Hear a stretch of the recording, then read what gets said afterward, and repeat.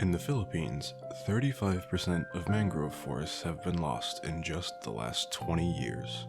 Only 50% of the original mangrove forests remain.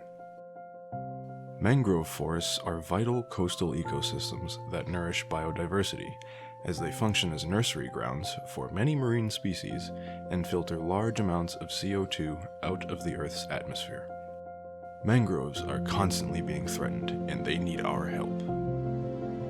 Our goal is to replant 15,000 mangrove seedlings by the end of 2021, and many more in the coming years, in order to reach our goal of 1 million seedlings planted by 2026.